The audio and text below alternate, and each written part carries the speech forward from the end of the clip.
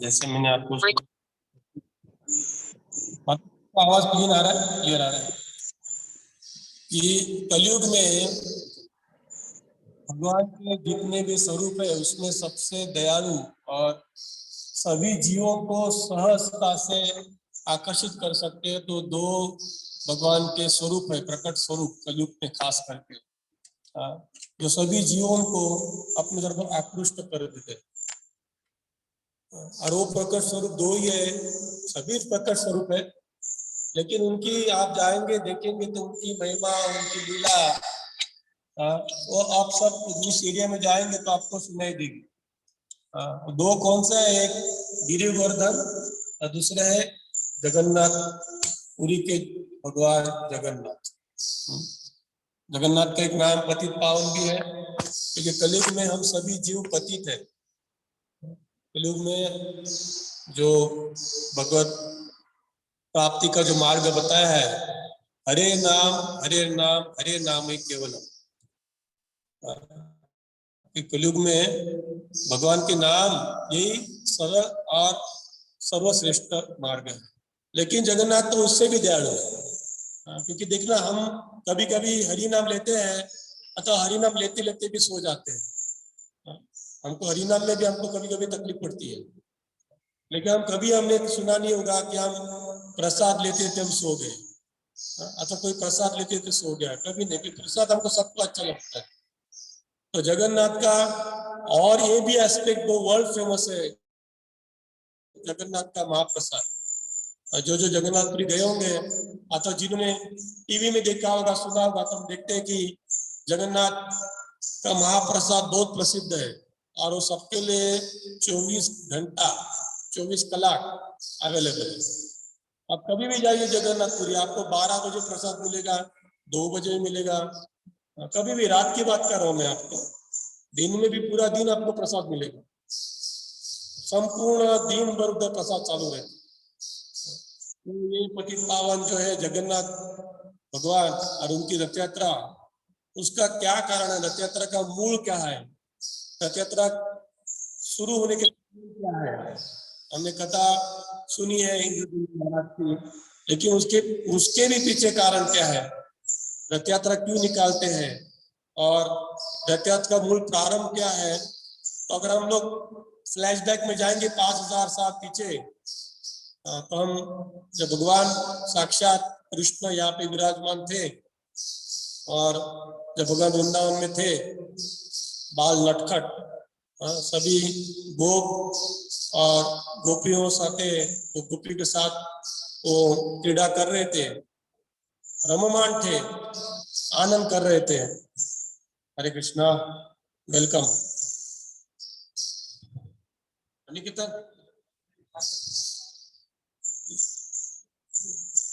निकिता प्रसाद महा है ना, प्रसाद।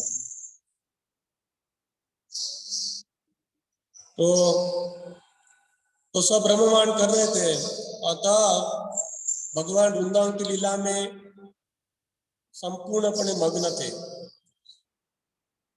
तब अक्रूर जी बार बार भगवान को टोकते थे कि आप क्या कर रहे करके, कि आपकी माता पिता मथुरा में आपके विरह में रोज रो रहे। कौन है मथुरा में माता पिता, बोलो बोलो बोलो। देवकी माता और वसुदेव। भगवान का एक नाम वासुदेव है क्योंकि वसुदेव के पुत्र है। तो आप उनकी कुछ चिंता कर रहे हैं कि नहीं, तो भगवान उनको बता रहे हैं मैं सोच रहा हूँ मैं जाऊंगा, मैं जल्दी जाऊंगा, आप चिंता मत करो। और वापिस थोड़ा समय निकल जाता है और उस समय भगवान केसी राक्षस को मारते हैं। आप वृंदावन जाएंगे तो केसी घाट है, और उसके बाद वापिस भगवान एक जगह विश्राम करते हैं और वो घाट का नाम है विश्राम घाट।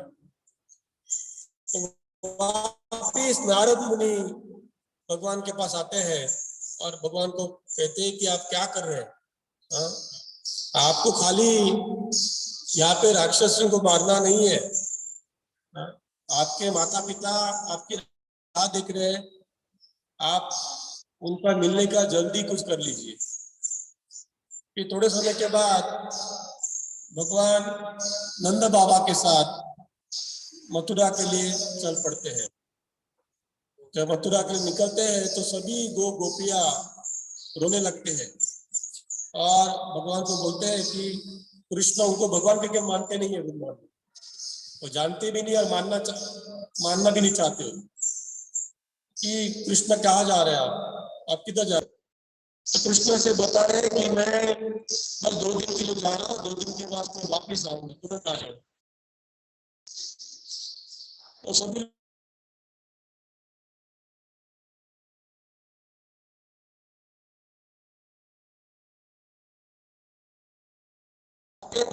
वापिस आ जाऊंगा।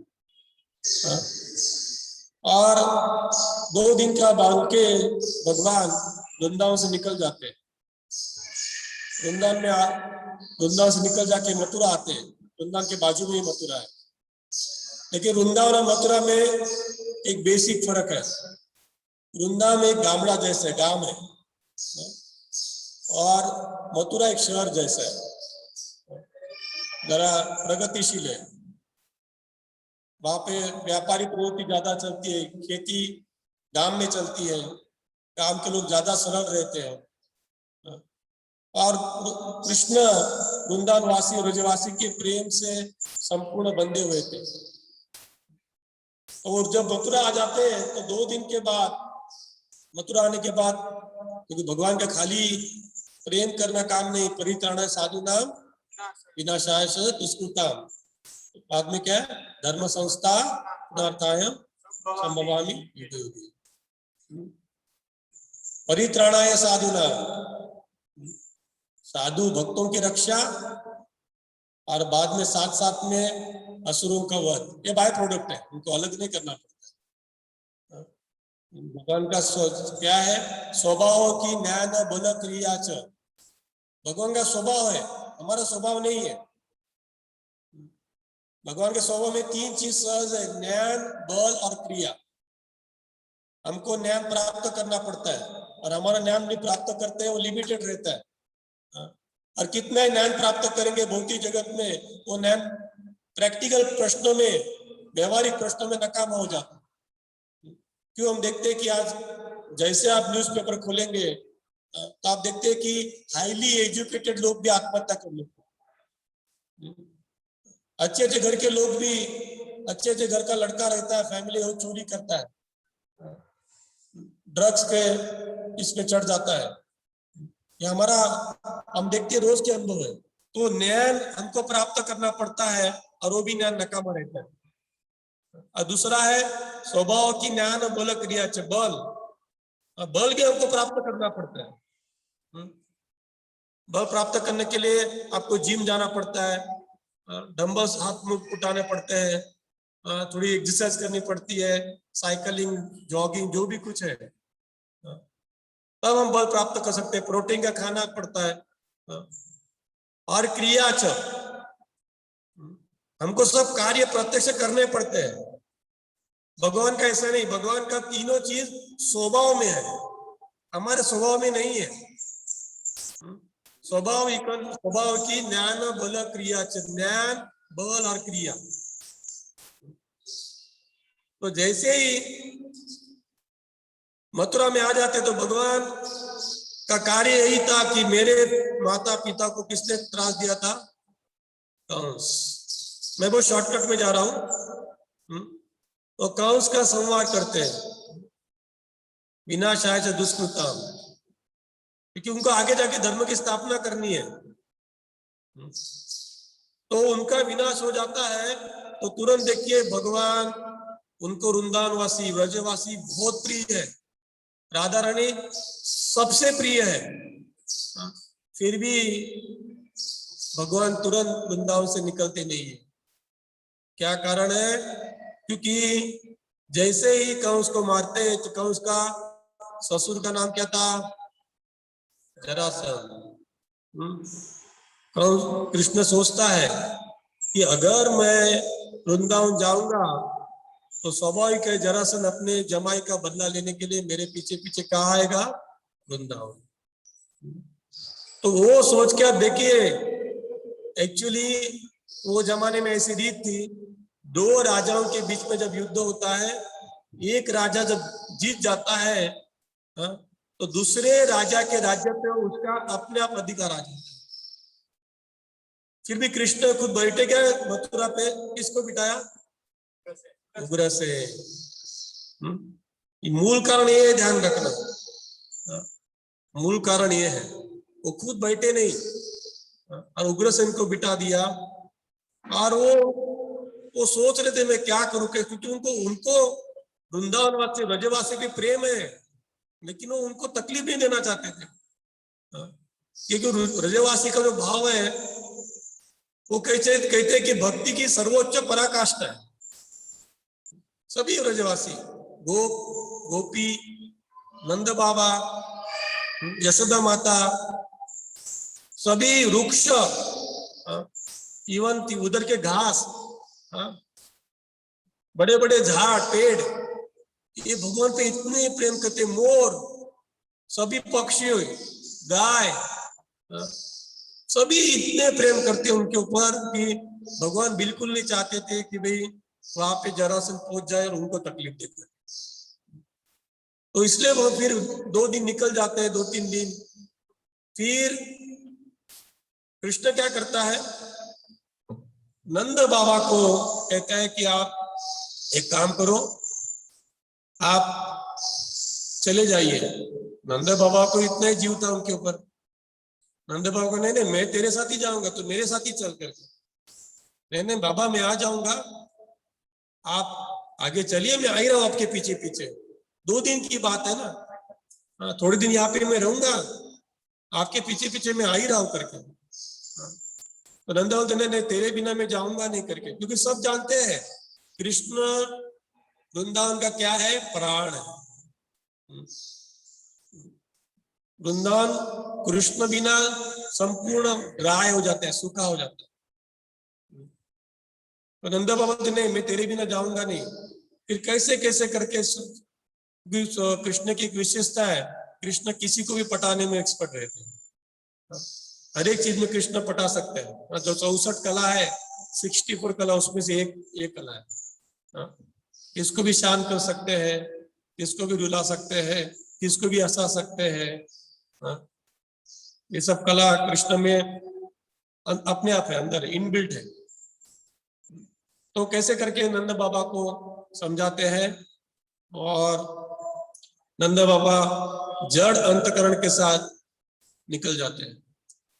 तो जब नंद बाबा अपने रथ में बैठ के वृंदावन तक पहुंच रहे नजदीक, तो इधर वृंदावन में क्या दशा है, सभी गोवाल, सभी गोप, सभी भगवान के सखा मित्र, जिस रास्ते से भगवान चले गए थे मथुरा, उस रास्ते पे वो आंख बड़ी करके राह देख रहे कि अभी आएंगे हमारे कृष्ण, अभी भगवान आएंगे। भगवान नहीं कृष्ण, अभी कृष्ण आएगा, अभी पहुंचेगा, अभी आता ही होगा, अभी निकलेगा।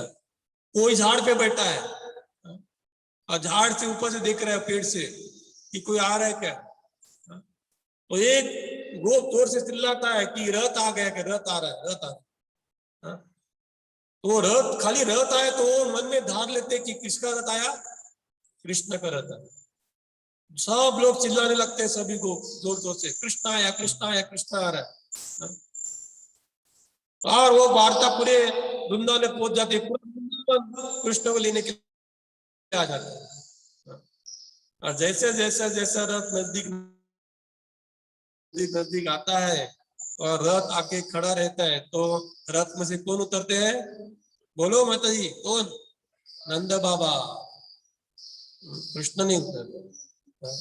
जैसे देखते तो यशोदा माता वो क्रोधित हो जाती है कि आप से तो दशरथ अच्छे कर। दशरथ को जब पता चला कि मेरा राम को कहाँ जाना पड़ रहा है, वनवास, तो दशरथ ने क्या हुआ, अपने आप क्या हुआ, प्राण त्याग दिए। यशोदा माता बहुत गर्म हो गई नंद बाबा के। कि आपसे तो आप कितने निष्ठुर है करके। दशरथ देखिए, तो नंद बाबा कुछ नहीं बोल रहे, खाली सुन लिया क्योंकि उनका मन खाली करने दिया। नंद बाबा बोले आपकी बात सही है, लेकिन दशरथ तो एक ही बार मरा। हाँ? मैं उसके विरह में 24 घंटा मर रहा हूं, और मैं अगर प्रत्यक्ष आत्महत्या करूंगा, मैं इसलिए आत्महत्या नहीं करूंगा कर रहा हूं, अगर मैं प्रत्यक्ष आत्महत्या करूंगा और कल कृष्ण आ जाएगा तो उसको दुख होगा, उसको दुख ना हो इसलिए मैं आत्महत्या नहीं कर रहा हूं, ये नहीं कि मेरा कुछ स्वार्थ है। तो वापिस दिन निकल जाते हैं, थोड़े दिन और 2-3 दिन निकल जाते हैं, इनको किसी को कोई किसी में रुचि नहीं है। गायों को बछड़ों का आदत थी कि कृष्ण जब बांसुरी बजाते थे तो जब ये बछड़े थे गाय के, वो सब अपनी पूंछ कर ऊपर करके नाचते थे। मोर नाचता, हाथी नाचते थे, सब वर्णन है चैतन्य चरितामृत ने इसका बहुत सुंदर उल्लेख किया है सीसी में। सभी बड़े बड़े पेड़ की जो डाली है, डाली वो हिलने लगती थी। तभी ब्रज भूमि है वो ध्रुजती थी भगवान के नृत्य से, वो भी उसको भी नाचना अच्छा लगता था। वो सभी अभी क्या हो गया था, स्मशान, ग्रेव, सब ग्रेव बन गया था पूरा। सभी निस्तेज, बिना प्राण का हम कैसा शरीर रहेगा, वैसा सबका शरीर रह गया था। तो और थोड़े दिन निकल गए तो ये लोग रोज चर्चा करते रहते थे, मुझे काम ही यही था, वो 24 घंटा कृष्ण कॉन्शियस थे। कृष्ण के विरह में भी कृष्ण भावनामृत कैसे रह सकते हैं, ये हमको रजवासी सीखना है। प्रभुपाद ने अपने संस्था का नाम क्या दिया है, इस्कॉन। इस्कॉन का फुल फॉर्म क्या है, international society for Krishna consciousness, अंतरराष्ट्रीय कृष्ण भावनामृत।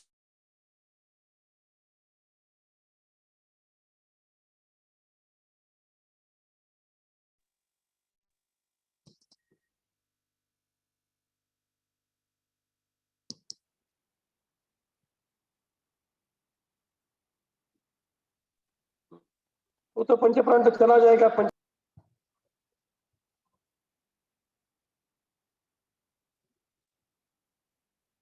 उसके दूसरा आकार शरीर प्राप्त, यम यम वापी स्वर्ण भावम तजेद अंते कलेवरम। तो सब लोग चर्चा कर रहे थे, तो सब गोवालों की मीटिंग हो गई, और सबने का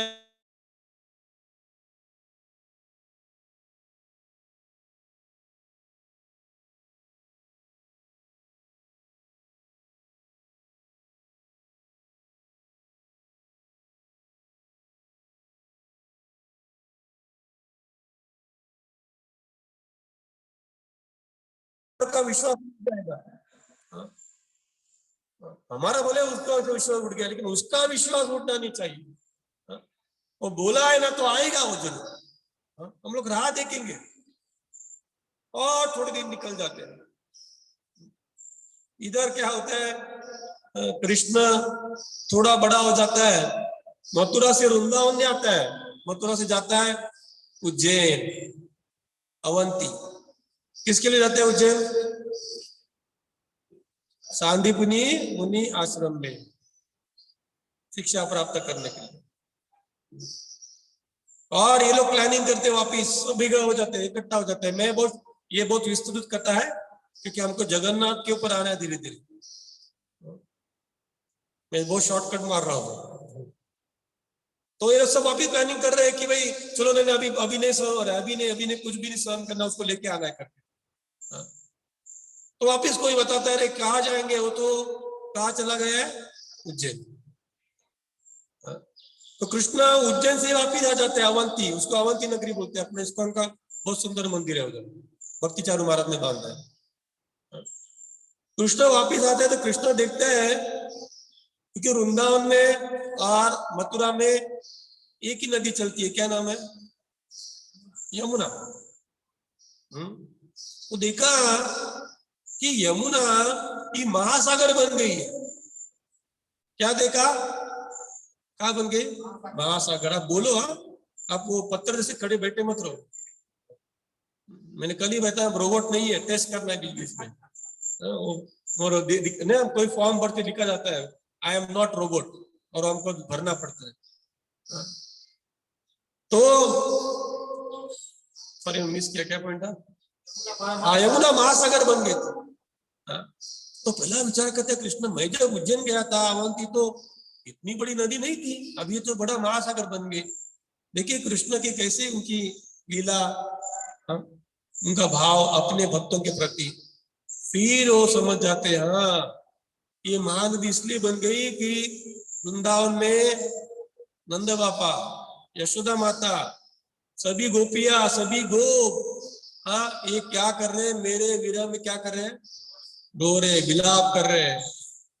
और इतना विलाप कर रहे हैं कि उनकी उनमें कंटिन्यू 24 घंटा असुरों की धारा बह रही है, और वो असुरों की धारा नदी में जाके मिक्स हो रही है। नदी का क्या बन गया है?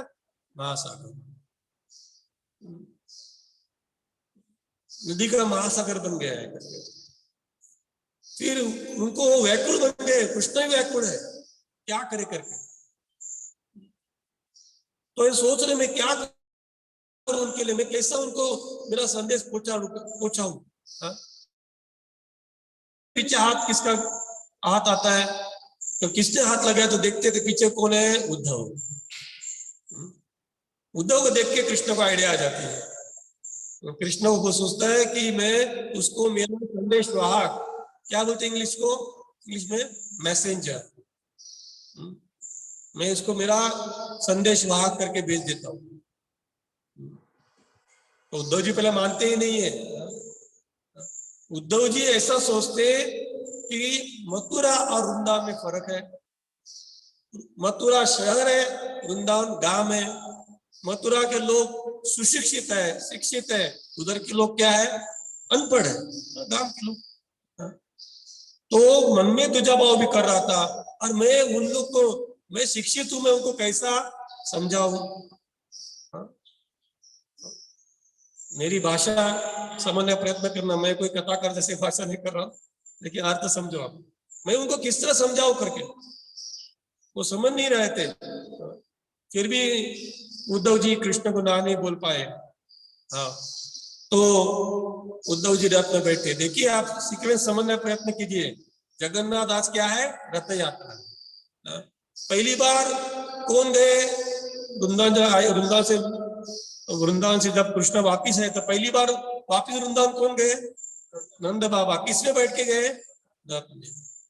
रथ रथ का स्वागत कर रहे सभी अपने आंखों से। रथ जैसे दिखे दौड़ के जा रहे, आया कृष्ण आया करके। अभी किसको भेजा रथ में? उद्धव। और उद्धव पता है, आप अगर भागवतम पढ़ा है तो आप देखेंगे, ऐसा कहा जाता है कि उद्धव ही लुक लाइक एज कृष्ण। तो कृष्ण जैसे ही दिखने में थे, थोड़ा सा फर्क था। उद्धव जी और कृष्ण में ज्यादा फर्क नहीं था। तो वो वैसा ही हुआ, वैसे जैसे नंद बाबू वो सब गोवाल राह दिख रहे थे, एक ऊपर बैठ के राह दिख रहे झाड़ पे भी, कौन आ रहा है, कहाँ आ रहा है, कोई आ रहा है क्या? तो चिल्लाते अरे रथ आ रहा है करके, कृष्ण आ गया। वापिस वही हंगामा। सभी लोग इकट्ठा हो गए पूरा कि कृष्ण आ गया, कृष्ण कृष्ण आया। रथ नजदीक पहुंचा, रथ नजदीक पहुंचा। रथ उतरने के बाद वो तुरंत पहचान नहीं पाए, पहले लगा उनको कृष्ण ही है करके, बाद में ख्याल आया ये कृष्ण नहीं है। क्योंकि कृष्ण उनके साथ रहते, गोवाल जैसा ही हुआ था, और कृष्ण उनके जैसा ही रहता था। और उद्धव जी कहां से आया था? हाँ, मथुरा से। मैं बोला शहरीकरण का प्रभाव था, और ये गांव के लोग थे। उसकी खाली उतरने की जो चाल है उद्धव से, वो पहचान गए कि ये कृष्ण नहीं है। देखिए वो अनपढ़ है, फिर भी पहचान लिया उन्होंने, क्योंकि शहरी लोग का एक अलग मिजाज ठाट बोलते ना वो रहता है। वो हिसाब से उद्धव जी उतरे। वापिस जोर जोर से रोना धोना चालू हो गया। इतना हो गया कि वो तो मूर्छित हो गई, यशोदा माता बेबान गिर गई। और जब वो जागृत अवस्था में आई तो बड़बड़ करने लगी। जोर जोर वो उद्धव को बोल रही है, उद्धव समझाने का प्रयत्न कर रहे हैं कि मैं संदेश ले, शांति रखो, मेरा कान्हा अभी सोया है। आप भाव देखिए, मेरा कान्हा अभी सोया है करके आवाज मत करो प्लीज, आप बिल्कुल बोलिए मत। और क्या क्या क्या क्या वैसे वो बड़बड़ बड़बड़ कर रही है। फिर नंद बाबा इसको हिलाते, ऐसे नहीं, वो तो वर्णन मैं भूल गया। 3 दिन तक यही चल रहा था। 3 दिन प्रयत्न किया उद्धव जी ने, 3 दिन यही चल रहा है। वो कुछ ना कुछ बोलती थी, शांत कर देती उद्धव को। अभी देखिए वो आपको उसके पायर की नुपुर का आवाज आ रहा है। वो उद्धव कुछ समझ नहीं आता उसको, उनका भाव देख के वो भी गड़बड़ गया। फिर 3 दिन के बाद नंद बाबा यशोदा माता को हिलाते हैं रिश्ता कि कृष्ण तो मथुरा में, तू क्या कर रहे करके। तो कृष्ण मथुरा में, हमें भूल गई। और वो फिर नंद बाबा उद्धव जी को लेके जाते हैं वृंदावन के शहर में। तो उद्धव जी क्या देख रहे हैं, सभी पेड़ पौधे लता वेल वेल, पानी के झरने, नदियां, पक्षियां, मोर, सभी जीव वो ड्राई हो गए, सूखे गिर गए, सूखे हैं एकदम। पानी का प्रवाह रुक गया हुआ है, नदी का, यमुना नदी का प्रवाह रुक गया हुआ है। और यशोदा माता की आंखें अंदर चली गई है, वो पूरा काला काला पूरा हुआ है पूरा। उद्धव जी ज्यादा बात नहीं कर पाते, वो समझा रहे थे, वो भी समझाते हैं कि भाई कृष्ण जल्दी आएंगे। और वो देख के वो उनका अभिमान चक्काचूर हो जाता है, क्योंकि जब निकले थे उद्धव जी क्या समझ रहे थे कि हम शहर के, वो गांव के अनपढ़ लोग हैं। लेकिन वो कृष्ण के प्रति उनका प्रेम देख के उद्धव जी समझ जाते कि मैं भी इनके सामने कुछ नहीं। फिर वर्णन है कि कृष्ण बलराम को भेजते हैं, बलराम भी मना कर देते हैं कि मैं भी उनको प्रॉमिस देके आया हूँ कि मैं कृष्ण को लेके आऊंगा। सुभद्रा को कहा जाता है, सुभद्रा तो मैं तो बिल्कुल नहीं जाऊंगी सामने। और इस तरह दिन निकल जाते हैं, और इतने दिन निकल जाते हैं कि कृष्ण अपनी लीला करते, कृष्ण बुक में सब कुछ है। मथुरा से कहाँ शिफ्ट हो जाते हैं, द्वारका हमारे नजदीक, तो द्वारका शिफ्ट हो जाते हैं कृष्ण। और उधर वो लोग रोज कृष्ण के विरह में चर्चा करते रहते हैं, राधा रानी और सभी सखिया राधा रानी की उनकी रोज की चर्चा चलती थी। वो भमरे से बातें करती थी राधा रानी, भमरे से बातें करती थी, उसको बोलती थी तू हमारे नजदीक मत आना। खासकर जब मथुरा में था कृष्ण, तो बोलते तू हमारे नजदीक मत आना, क्योंकि कृष्ण शहर के लड़कियों के प्रेम में पड़ा है। और कृष्ण के गले में जो हार है वो हार में तू था, और वो हार वो शहर के लड़कियों ने दिया है। और वो शब्द वापर है, कुब्जा करके शब्द वापर है, उधर के कुब्जा के प्रेम में पड़ा है कृष्ण। तो हमारा नजदीक मत आना, उसका संदेश हमको मत समझाना, तो हमारे सामने उसके गुणगान मत गाना। वो भौरा तो कर रहा है, नहीं वो राधा, क्योंकि वो ऐसे समझ हर सब कुछ कृष्ण है। राधा रानी गोपी अक्का 24 घंटा वो समझ सब कुछ कृष्ण, उसको बोलते कृष्णा कॉन्शियसनेस, कृष्ण भावना में। तो कृष्ण द्वारका चले जाते हैं, और द्वारका में बहुत सारी लीला चलती है, उसमें नहीं जाना हमको। फिर कृष्ण का कुरुक्षेत्र में आना होता है। कृष्ण का कुरुक्षेत्र में जब आना होता है, इसलिए आना होता है कि वो सभी एक रिचुअल्स, कर्मकांड विधि के लिए वो सभी लोग, परिवार के लोग स्नान करने के लिए वहां पे पहुंच जाते हैं। तब वृंदावन वासी को खबर मिलती है कि कृष्ण कहाँ आने वाले हैं, कुरुक्षेत्र। तो वो लोग सब वहां पे पहुंच जाते हैं, और वो नदी के दोनों बाजू 2 टेंट गिर जाते हैं, एक बाजू द्वारकावासी, एक बाजू कौन, वृंदावन वासी। और वो टेंट में शाम के समय, क्योंकि द्वारका वासियों को भगवान की जो वृंदावन की लीला है वो सुनने के लिए वो बहुत आतुर थे। वो पूछते हैं रोहिणी माता को कि आप प्लीज, क्योंकि रोहिणी माता दोनों जगह पे थी, ध्यान रखना, तो आप हमको सब बताइए करके ये सब लीला हो। तो शाम को सभी टेंट में इकट्ठा हो जाते थे। तो यशोदा माता कंडीशन रखती है कि मैं एक ही कंडीशन पे ये सब लीलाओं का वर्णन करूंगी कि जब मैं लीला बताऊंगी तब वहां पे कौन हाजिर होना चाहिए? कृष्ण। तो ये सब राजी हो जाते हैं, कोई बात नहीं, हम कृष्ण यहाँ तक नहीं पहुंचे उसका हम इंतजाम करेंगे। और सुभद्रा को सिक्योरिटी गार्ड की जवाबदारी सौंपी जाती है। और ऐसे जैसे आपने झरोका है ना बारी, उसमें सुभद्रा खड़ी रहती है। तो सुभद्रा का दोनों काम है, अंदर सुनना भी है और बाहर क्या करना है, देखना है कि कृष्ण आए कि नहीं, कृष्ण बलराम दोनों भी।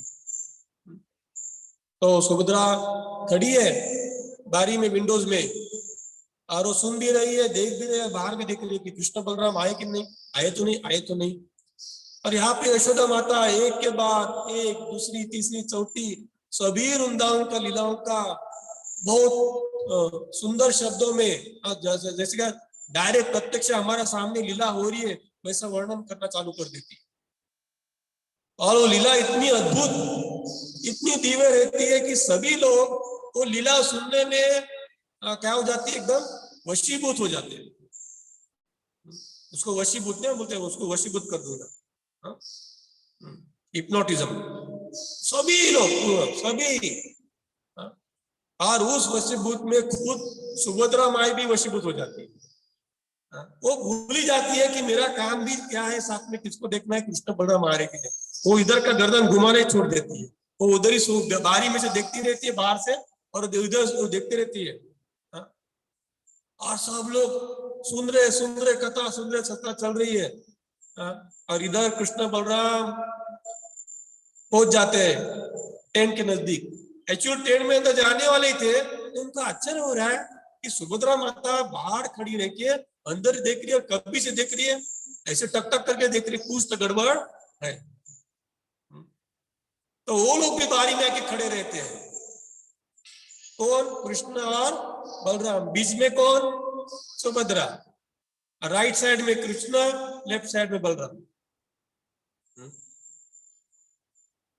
तो तीनों सुन रहे हैं, तीनों सुनने चालू कर देते हैं। और कृष्ण बलराम भी खुद की लीलाओं में इतने मंत्र मुग्ध हो जाते हैं कि वो भी भूल जाते हैं, वो अपने आप को भूल जाते हैं। खुद की लीला हो, ये भगवान की लीला कितनी महान है, कितनी दिव्य है। वृंदावन की लीला तीनों सुन रहे हैं, कृष्ण बलराम सुभद्रा। सुभद्रा कौन है? कृष्ण बलराम की बहन।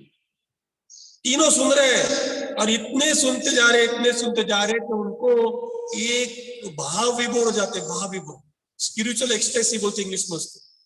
स्पिरिचुअल एक्सटेसी पराकाष्ठा है, परम सीमा प्राप्त हो जाती है तीनों को।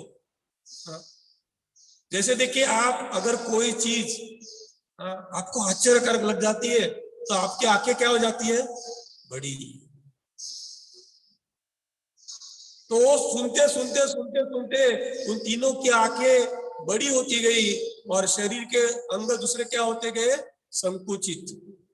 ना वैसे भी ना, ऐसे सुनते ना, हम ऐसे हो जाते ना, वो सुन के वो सुन रहे हैं।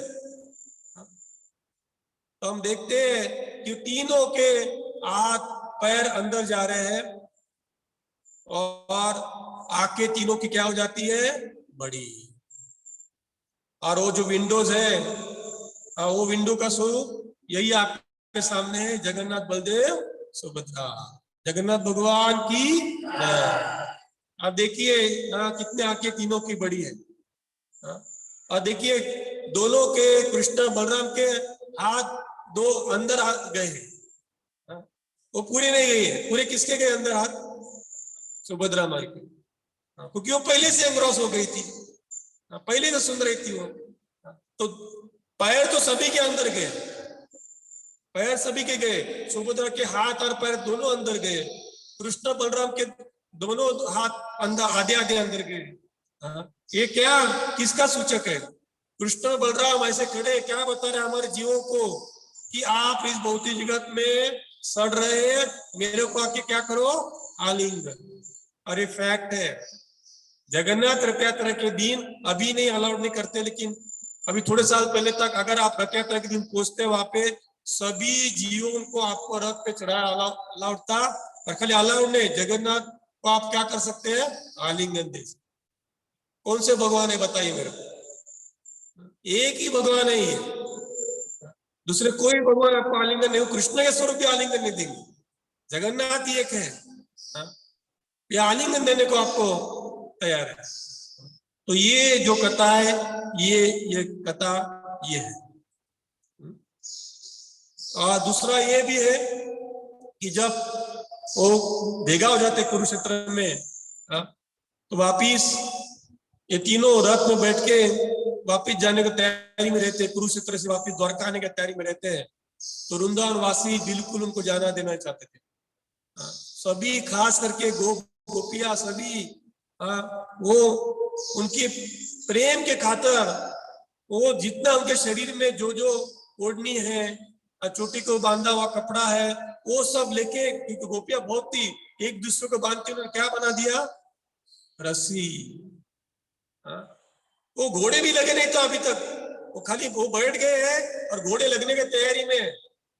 रथ को घोड़े ही बांधने नहीं दिया, आपको वृंदावन चलना है करके, आपको वृंदावन चलना है। और उन्होंने वो साड़ियां, ओढ़नी और चोटी का कपड़ा बांधते, वो सब तीनों को गाढ़ बांध के रस्सी बना दिया और सभी गोपियां खींच रहे कि आप वृंदावन चलो, आप वृंदावन चलो। तो ब्रह्मांड की पहली रथ यात्रा वहां से शुरू होती है, पहली रथ यात्रा वो है, ध्यान। और वही भाव रथ यात्रा का है कि हमको हमारे जीवन में, हमारे हृदय में किसको लाना है, कृष्ण को लाना। रथ यात्रा को हमें खाली बाह्य वस्तु करके देखना नहीं चाहिए, रथ, जगन्नाथ, कीर्तन, प्रसाद, वो उसमें आपको लाभ मिलने वाला ही है, लेकिन ज्यादा लाभ किसमें मिलेगा, जब हम हमारे स्वरूप को, जो हमारा स्वरूप अभी दूषित है, उसको हम जागरूक करें, उसको चेतनामय बनावे। जीवेर स्वरूप है कृष्ण नित्य दास। हम हमारी भावना को इतना जागरूक कर पाए कि हम भी 24 कलाक भगवान का नाम, गुण, रूप, भगवान की सेवा, भगवान के भक्तों की सेवा, भगवान के भक्तों से भगवान की कथा श्रवण, ये सभी ने अपने आप को किस रखे, ये है जगन्नाथ रथ यात्रा का मूल उद्देश्य। और दूसरी कथा क्या है, जगन्नाथ का स्वरूप कहां से आए, फिर वो तो बताया कि भाई ये यही स्वरूप है जो बैठे। तो कैसे आए, तो इंद्रदेव नाम के राजा थे, और वो भगवान नील माधव, अपने भगवान का नाम क्या है, नील माधव जगन्नाथ जी के मूल स्वरूप है। जगन्नाथ भगवान के मूल स्वरूप है। आप पुरी में जाएंगे तो थोड़े अंतर पे 2-3 घंटे का रास्ता हम गए हैं,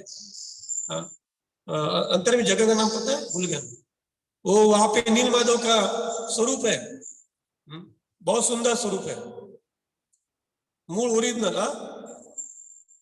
अच्छा, बालेश्वर, यस करेक्ट, बालेश्वर जगह पे आप वहां पे जाएंगे तो नील माधव है।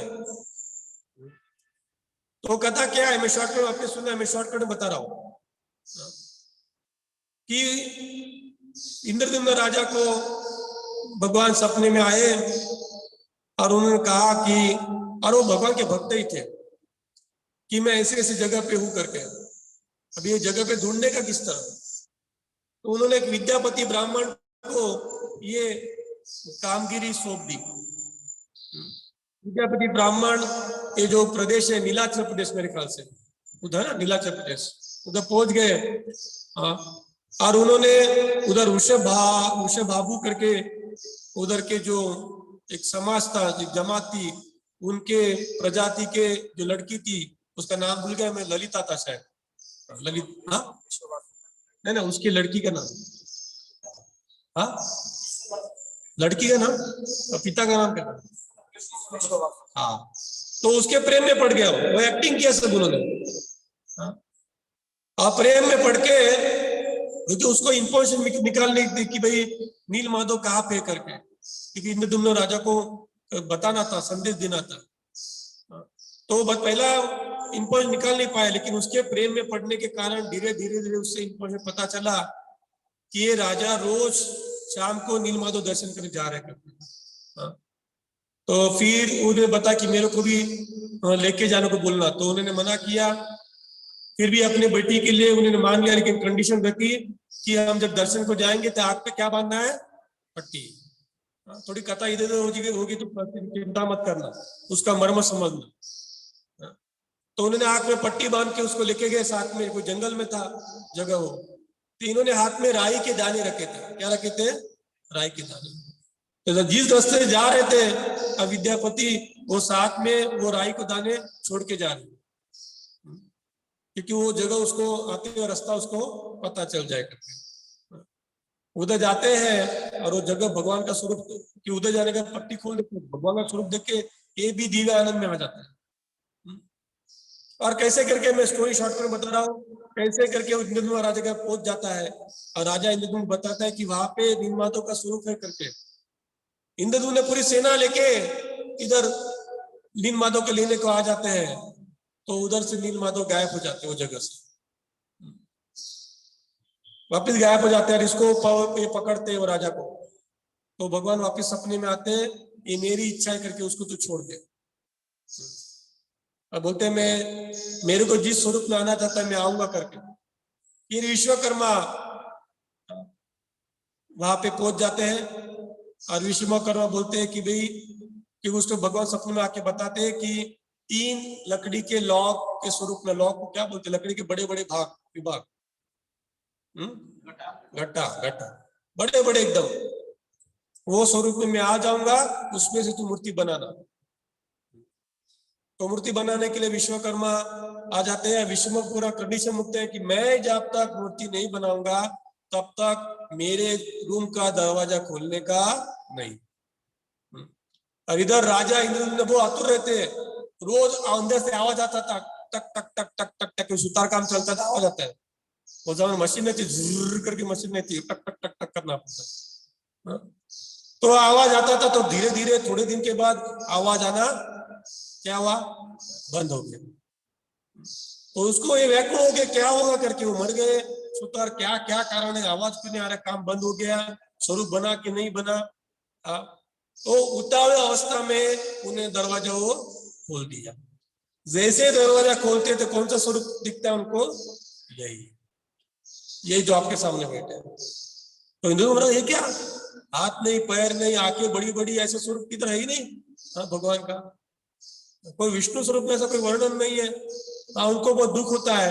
अभी वापिस आकाशवाणी होती है, ये मेरी डिवाइन इच्छा है और मैं इसी स्वरूप में मैं यहाँ पे आना चाहता हूँ। तो इंद्रदुम्न महाराज उनके लिए सुंदर भव्य मंदिर बांधते हैं। उनकी सेवा, उनकी भक्ति देख के भगवान बहुत ही राजी हो जाते हैं, और इंद्रदुम्न महाराज को बोलते हैं कि मेरे से तू 3 वरदान मांग लेना। कितना बोलते हो, 3 वरदान। तो इंद्रदुम्न महाराज पहला वरदान मांगते हैं कि मेरे को पुत्र नहीं चाहिए। देखिए हम कलयुग में कि कोई भी युग में जाइए, सतयुग में कथा देखिए, सभी युग में देखना, पहला जब भगवान राजी होते तो राजा रहेगा तो क्या मांग लेता है, पुत्र। इंद्र ने मारा बोलते हैं कि मेरे पुत्र नहीं चाहिए। भगवान आश्चर्य करते हैं क्या है, तो बोलते मेरे को पुत्र इसलिए नहीं चाहिए कि मेरा पुत्र बड़ा होकर दादागिरी करेगा कि मैंने ये मंदिर बांधा है, मेरा मंदिर है, मेरे को नहीं चाहिए। ये कारण के लिए वो त्याग देते हैं। देखिए ये भगवान के भक्त है। दूसरा वरदान मांगते हैं वो इंद्र महाराज से कि आपकी जो आंखें हैं कभी भी बंद होनी नहीं चाहिए। दूसरा वरदान मांगते हैं। और तीसरा वरदान मांगते हैं कि आप हमेशा भोग खाते रहना है। इसलिए जगन्नाथ को बोलते हैं कि खादाड़ भगवान में बोलते हैं, वो खाते ही रहते। 24 घंटा भगवान को वहां पे भोग लगाए जाते हैं। खाली 2 घंटे के लिए मंदिर बंद रहता है, उसमें भी कहा जाता है कि देवी देवताओं लाइन लगी रहती है, हमको दिखते नहीं आज के दिन भी। इसलिए जगन्नाथ कलयुग में जगन्नाथपुरी धाम सभी धामों में सर्वश्रेष्ठ है। सबसे ज्यादा आज के दिन में भी रात का पीरियड है 2 से 4 और 12 से 2 जो पीरियड होगा, 2 घंटे में सभी देवी देवता लाइन से खड़े रहते हैं भगवान के दर्शन के लिए, भगवान से प्रसाद करने के लिए। उधर प्रसाद की व्यवस्था की जाती है उनके लिए भी। सब सुबह खोलते हैं तो वो सब प्रसाद परास्त हुआ है, आज के दिन भी खाली हो जाता है। हम नहीं देख पाते, काम शुद्ध नहीं है। तो उनको हिंदू महाराज बोलते हैं कि कंटिन्यू खाते रहना है। आप खा लिया, हाथ धो लिया, हाथ सूखने के पहले आपको दूसरा प्रसाद लगेगा और आपको खाना है। हाथ सूखने के लिए, हाथ धोने के बाद हम हाथ सूख जाते हैं ना, हाथ सूखने के पहले आपको दूसरा प्रसाद लेना है। भगवान बोलते तथास्तु, इतने दयालु है। थोड़ा मैं 15-20 मिनट ले लूंगा। मैं पिछले टाइम भी बोला था, रिपीट करूंगा, कुछ नए लोग हैं। आज हम लोग कृष्ण कथा कृष्ण रिपीट करनी चाहिए, सुनने वाले का बोलने वाले का, उससे उद्धार हो जाते हैं। तो भगवान की रथ यात्रा है, उसके एक्चुअली 5 एस्पेक्ट है, 5 प्रकार है, 5 विभाग है, 5 बाजू है उनकी। उसमें से पहला भाग है रथ यात्रा। जगन्नाथ रथ यात्रा इनका दोनों अलग नहीं कर सकते। हम भी सोच रहे हैं अभी राजकोट जिला में हम लोग फैल रहे धीरे धीरे। अब देखिए मैं अभी सोचने लगा कि 2-2 रथ क्यों बने, ये महाराज की योजना ही है। हमने संकल्प किया है कि राजकोट तालुका में जब तक राजकोट लगभग 10 की 11 तालुका है, 11 तालुका है। तो जैसे ही कोरोना पूरा कंप्लीट हो जाएगा, हमारा टारगेट है अगले साल में हम हर एक तालुका में एक रथ यात्रा करेंगे। यस, क्योंकि छोटा रथ पड़ा, हम छोटा रथ को कोई कष्ट नहीं लेके जाने के लिए, उसको वो टो कर लिया, उठा लेने का, गाड़ी में रथ पे रखने का, रथ में ट्रक में लेके जाने का। और रथ इसीलिए बना है और पता चला है हमको, तो पता चलता है क्यों बना है, किसके लिए बना है। द्वारका रख नहीं सकते क्योंकि द्वारका में करंट काट लग जाता है, जंग लग जाता है, इसलिए हमने इधर रखा। तो अभी देखिए महाराज जी की योजना है। तो रथ यात्रा और जगन्नाथ को आप अलग नहीं कर सकते। और क्या विशेषता है, बाकी जितने भी भगवान है उसमें भगवान अपनी पट्टारानी अथवा प्रमुख पत्नी के साथ विचरण के लिए निकल जाते हैं रथ पे। लेकिन इधर कौन बैठे हैं, भाई बहन, भाई बहन है। जगन्नाथ कृष्ण खुद, बलराम, बलदेव और सुभद्रा। आप देख रहे हैं एक ही है ऐसा कि जिसमें भाई बहन बैठे हैं और उनको उनका सम्मान के साथ उनका रथ खींचा जाता है। दूसरी विशेषता क्या है कलयुग में कि देखिए हम जब बीमार पड़ते हैं तो हम डॉक्टर पास जाते हैं, डॉक्टर हमको टिकड़ी देता है, टैबलेट देता है, टैबलेट लेते हैं तो हमको ठीक नहीं होता है, वापिस जाते हैं तो हमको वो इंजेक्शन देते हैं, घर पे आ जाते हैं, थोड़ा टाइम बुखार उतर जाता है, वापिस बुखार हमारा चढ़ जाता है। इतना बुखार चढ़ जाता है कि हमारी अवस्था, हम बेड रिडन बोलते हैं उसको, बिस्तर पे हम लोग चिपक गए हैं, ऐसी हमारी अवस्था हो जाती है। हम बाहर जा नहीं सकते, तो क्या किया जाता है तब, डॉक्टर को बुलाया जाता है। डॉक्टर खुद आते हैं हमारे घर पे और हमको ट्रीटमेंट करके जाते हैं। इसी तरह कलयुग के हम सभी जीव, पति जीव, लोभ, मोह, मत्सर, ये सभी विकारों से भरे हैं। गर्व, अभिमान, ये सभी विकारों से हम लोग भरे हैं। वो विकारों के कारण देखना कलयुग में कितने लोग हैं। अभी भी हमारा सौराष्ट्र प्रांत में इंडिया में गुजरात, गुजरात में सौराष्ट्र, सौराष्ट्र में राजकोट अभी भी अच्छा है, फिर भी बिगड़ता जा रहा है। आप यहाँ से राजकोट को आड़ा टेढ़ा जितने रास्ते जाइए, हम जब 2000 में आए यहाँ पे तो एक ही जगह पे गिरिराज टॉकीज ना, उधर ही इंडा की रेकड़ी दिखती थी सदर बाजार के बाद। अभी आप कोई भी गली में जाइए राजकोट में, सब जगह पे आपको इंडा मिलेगा। ये कलयुग का प्रभाव है, सब जगह पे बढ़ रहा है। और खाने वाले हमारे हिंदू लोग ही ज्यादा जा रहे हैं, सब जगह इधर से शुरू हो जाता है, यहाँ से सभी गलियां।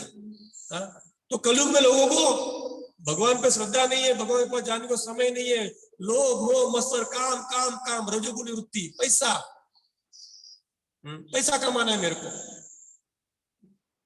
धन दौलत स्टेट जमीन जायदाद। अभी भगवान बीच में क्या भेज देते हैं हमारे ऊपर, कोरोना। कोरोना में कुछ चलता है पैसा नहीं, आप कितने रोना करो कोरोना में, जिसको लेके जाना भगवान लेते ही जाएंगे। तो कलयुग में जैसे डॉक्टर, कोई आदमी बहुत ही बीमार पड़ा है तो हम ये भौतिकवादी जीवन पद्धतिकरण इतने बीमार पड़े हैं कि हमको भगवान की श्रद्धा उड़ गई है। फिर भी भगवान हमको ठीक करने के लिए, हमारे कृपा करने के लिए भगवान डॉक्टर रूपी जगन्नाथ बन के खुद रास्ते पे आ जाते हैं, खुद रास्ते पे आ जाते हैं। अरे रथ यात्रा का महत्व क्या है? आप रथ यात्रा में किसको इनवाइट कीजिए, आज हम सबको बुला नहीं पाए क्योंकि रिस्ट्रिक्शन है, और आप रथ को खींचिए, रथ पे बैठे विराजमान जगन्नाथ बलदेव सुभद्रा माई का आप दर्शन कीजिए। इवन आप रथ को खींच नहीं पा रहे, आप दूर से खड़े, आप खाली दूर से दर्शन करें कि भगवान रथ में विराजमान है और भगवान आ रहे चल चल के, तो अपना उद्धार डेफिनेट है। यस डेफिनेट है, गोलक वृंदावन की प्राप्ति है, शास्त्र में वर्णन है, डाली गोलक वृंदावन की प्राप्ति है। दूसरा क्या है उनकी विशेषता है कि हमको समय भी नहीं है और हमको दर्शन भी लेना नहीं है, तो भगवान खुद रथ पे बैठ के हमारे को दृष्टिपात कर रहे हैं, उनकी करुणामय आंखों द्वारा हमारे को दृष्टिपात कर रहे हैं, नजर डाल रहे हैं हमारे ऊपर। ये जीव बेचारा 84 लाख योनि में भटक रहा है, जन्म जन्मांतर भटक रहा है करके, इसलिए जगन्नाथ यात्रा में करोड़ों की संख्या में पब्लिक जाता है। ये आज का महत्व नहीं है, लोग नास्तिक लोग, तथाकथित ढोंगी लोग निंदा करते, कितनी गर्दी, ये क्या है करके, ऐसे भगवान मिलते क्या है, कभी कभी लोग मरते भी उसमें, हमने सुना है। अरे जो चले गए उसमें उनका भी उद्धार हो गया। लोग पागल नहीं है कि वो इतने भीड़ में, करोड़ के भीड़ में भी श्वास, बीच बीच में वो अग्निशमन दल की गाड़ी रहती है, वो फुहारा मारती रहती है पानी का, आपने देखना लाइव चालू होगा अभी, बीच बीच में वो अग्निशमन की गाड़ी रहती है, फायर ब्रिगेड की, और फुहारा चलता रहता है पूरा पब्लिक में। तो ये पहला रथ यात्रा का महत्व आया। दूसरा महत्व आया उनका भगवान की आंखें। अभी मैंने बताया इंद्रदुम्न महाराज ने क्या कहा था 3 वरदान में, आंखें आपकी बंद नहीं होना चाहिए। देखिए आप भगवान के स्वरूप पे देखना, भगवान पे आईलिड नहीं है, पापण बोलते हैं, हिंदी में क्या बोलते हैं, पलक, पलक बोलते हैं हिंदी में पलक। हाँ आप देख लेना, बिल्कुल नहीं है, उनको पापड़ नहीं है, देखना।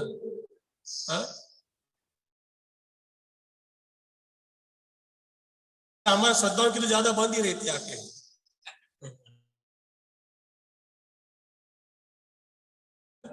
हाँ या ना? हाँ मैं देखता हूँ ना, मैं इधर मेरी नजर पड़ती है सब जगह, तो उनको आंख ही नहीं है, सॉरी आंख है लेकिन पापड़ नहीं है, वो बंद ही नहीं करते आंखें। क्यों बंद नहीं करते? वो भी दया है हमारे ऊपर, वो चिंता करे अगर मैं बंद करूंगा, मेरे नजर के सामने है, उनका मैं देखे क्योंकि खुली रहेगी आंखें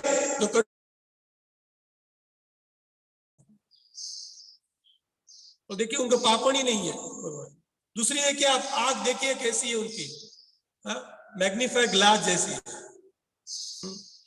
बड़ी बड़ी आंखें हैं। और हमारी आंखें ऐसी है, भगवान की आंखें बड़ी ऐसी है और ऐसी है। आप देखो मीन्स क्या है, 360 डिग्री में भगवान देख रहे हैं।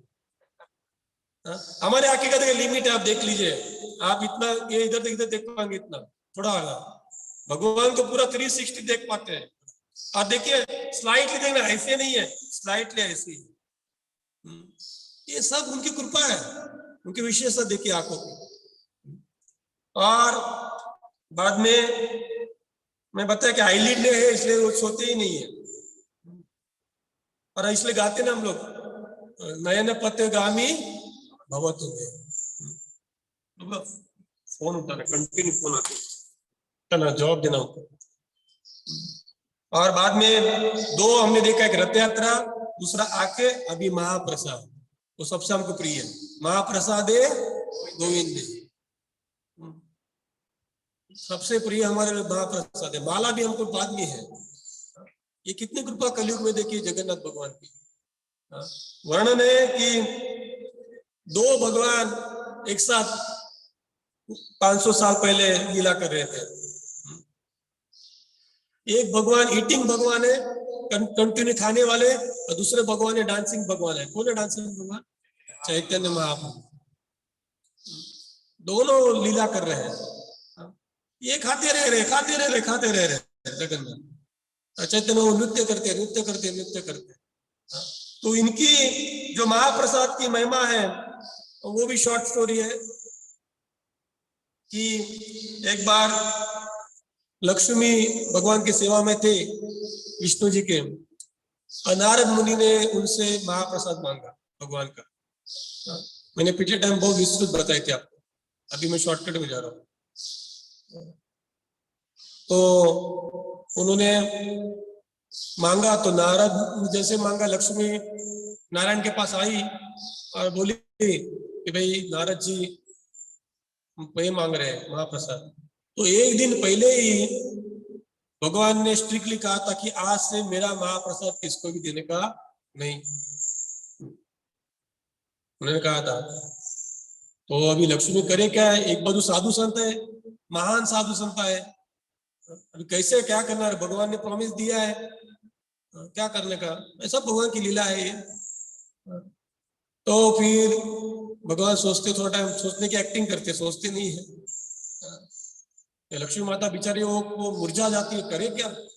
हमारा तो साधु संत का हम स्वागत करना चाहिए, उनका आज्ञा का पालन करना चाहिए, क्या करने का।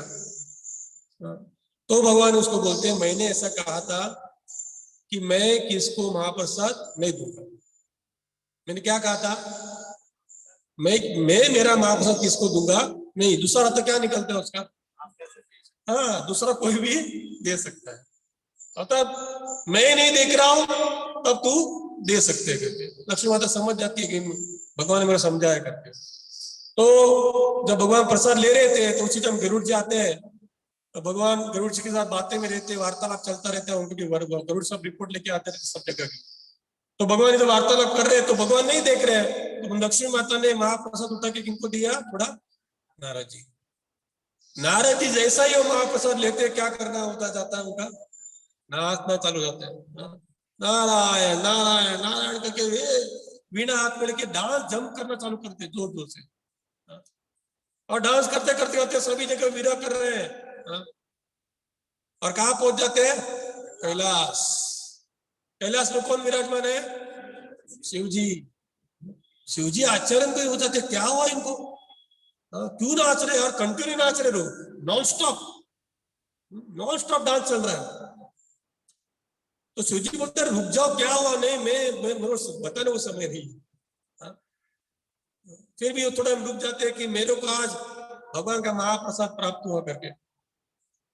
तो बोला आप मेरे लिए, मैं आपके लिए मैं कुछ रख नहीं पाया, मैं तो सब ले लिया, ये क्या है करके। हाँ जब डांस करना है तो मेरे साथ डांस करते हैं, गाना है तो मेरे साथ गाते हैं, प्रसाद मेरे साथ बांटने का नहीं, प्रसाद किसको बांटते नहीं ना, प्रसाद में फ्रेंडशिप मित्रता कुछ नहीं चाहिए हमको।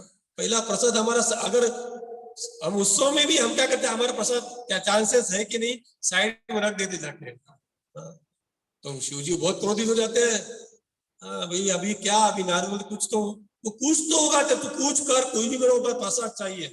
अरे लेकिन मैंने खा लिया, कुछ है ही नहीं, नहीं तू चेक कर कुछ तो होगा, तो हाथ में तो कुछ नहीं, लेकिन कहाँ रहते हैं उनके उंगलियों के नाखून में, उनके उंगलियों के नाखून में नारद मुनि के थोड़ा प्रसाद रहता है, वो मेरे को दे करके, और इतना सा नाक में जितना प्रसाद है उसका शिवजी प्राशन करते हैं, ग्रहण करते हैं।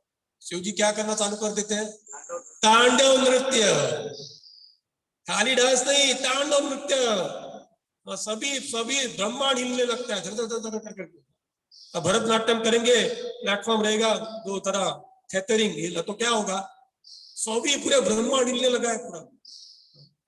ये पार्वती देख रही है, क्या हुआ है मेरे स्वामी को, क्यों डांस कर रहे हैं, क्या हुआ, क्या नहीं तेरे को पता नहीं है करके, तो रुक जा बोलते, वो पार्वती भाई बताओ कारण क्या करके, शिवजी डांस करते करते थोड़ा बीच में रुक जाते हैं, वो भाव में रहते होगी, क्या आज मेरे को भगवान नारायण भगवान विष्णु का महाप्रसाद प्राप्त हुआ, अच्छा बहुत बढ़िया करके, मेरे लिए कुछ नहीं, क्या मेरे लिए कुछ नहीं, मीन्स व्हाट, मैं आपकी कौन हूँ, अर्धांगी, मेरे लिए नहीं, सभी चीज में मेरे को हिस्सा बांटने का है यार, मेरे को इसमें नहीं, वो बहुत क्रोधित हो जाती है।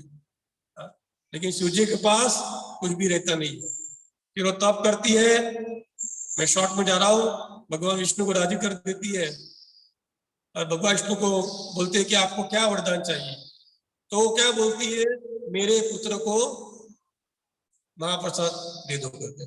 तो भगवान विष्णु ये समझते हैं कि मेरे पुत्र, पार्वती के कितने पुत्र हैं, दो, क्या नाम है, कार्तिक और गणेश, ये दो पुत्र को देना है करके। तो बोलती नहीं नहीं नहीं, क्योंकि दुर्गा पार्वती कौन है, संपूर्ण ब्रह्मांड की अधिष्ठाता है, ध्यान रखना, हम सब उसके पुत्र हैं पार्वती के, वो सब संचालन कर रही है, बोले सभी जीवों के लिए मेरे को क्या चाहिए, प्रसाद की व्यवस्था।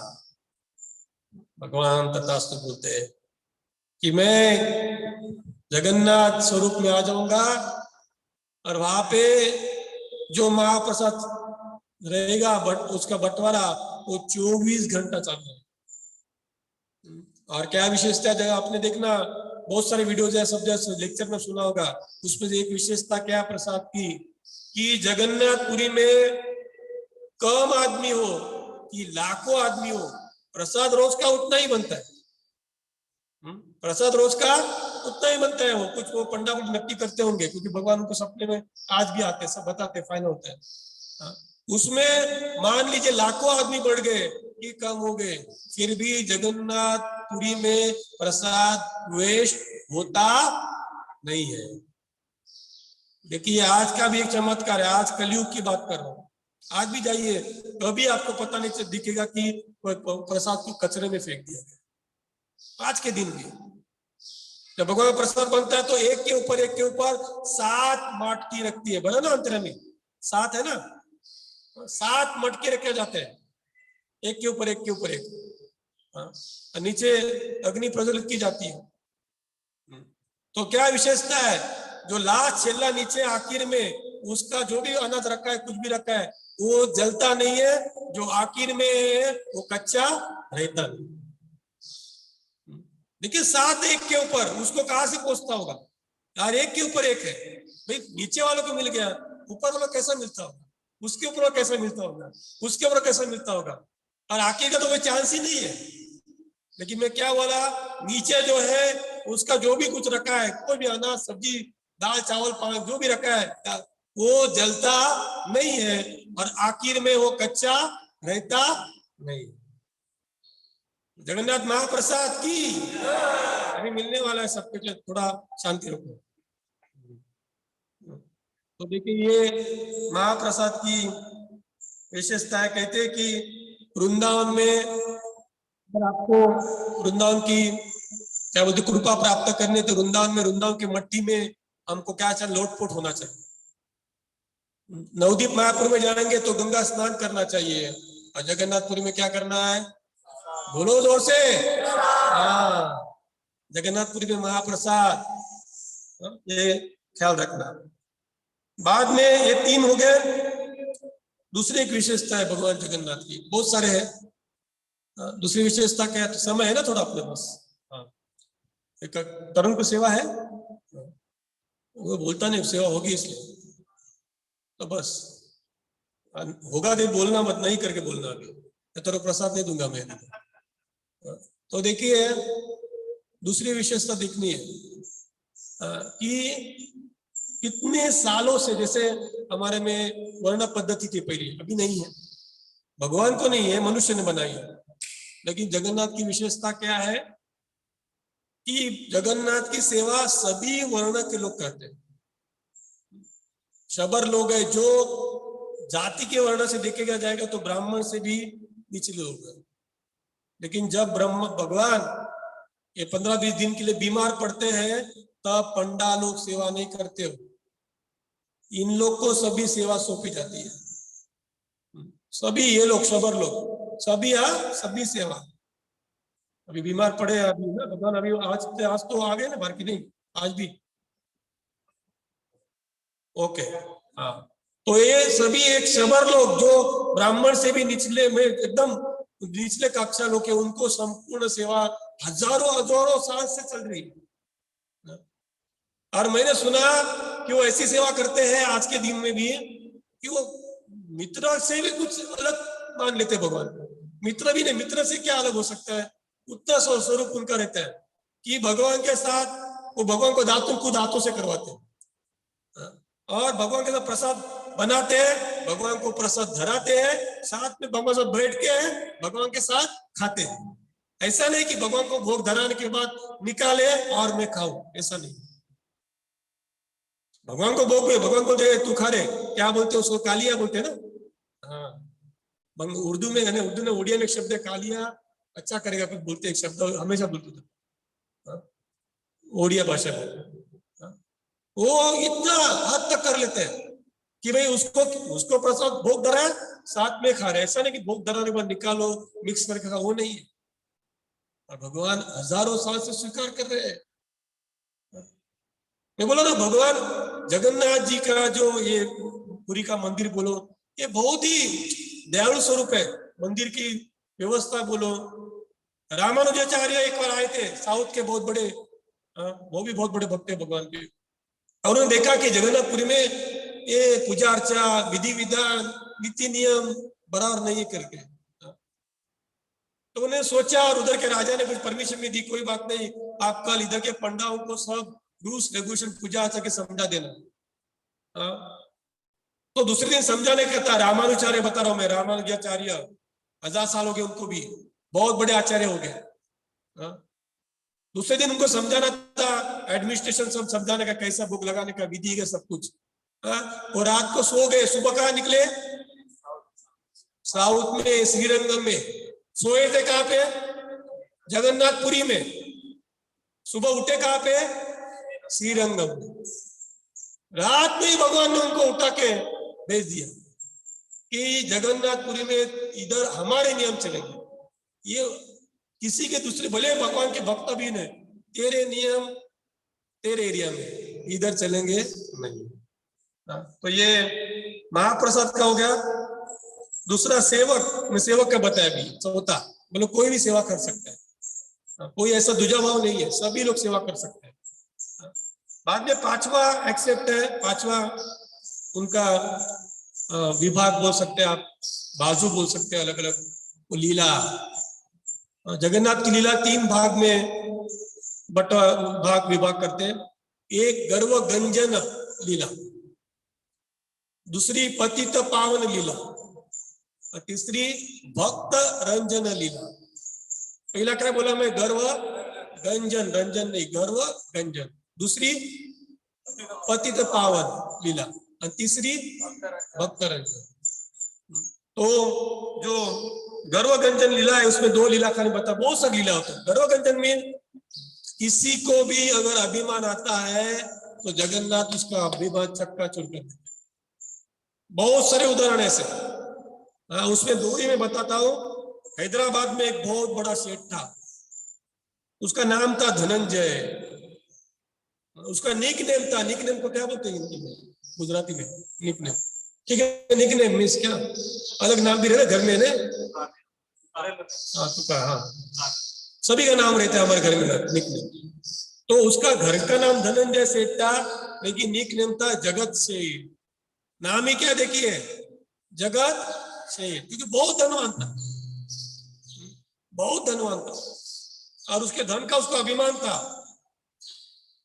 तो जगन्नाथपुरी में आए तो उन्हें सुना था कि भगवान इतना खर्चा होता है नहीं, इतना भोग लगता है नहीं, ये सब सब सब।